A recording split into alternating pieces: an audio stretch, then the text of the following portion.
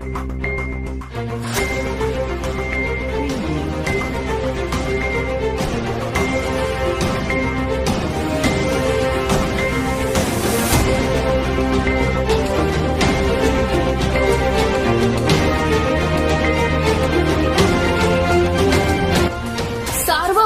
News Maharashtra. Ashadhi Ekadashi निमित्त लोखंडी खिळ्यांच्या साहाय्याने सावळ्या विठुराया साकारला आहे।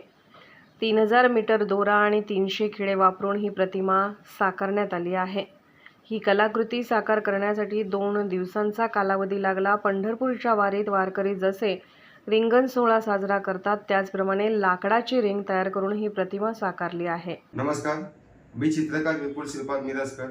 दरवर्षीप्रमाणे मी याही वर्षी आषाढी एकादशी निमित्त एक आगळा वेगळा म्हणून मी भक्तांना शुभेच्छा देण्यासाठी 3000 दोरा आणि 300 खिळ्यापासून मी एक विठ्ठलांची कलाकृती साकारलेली आहे।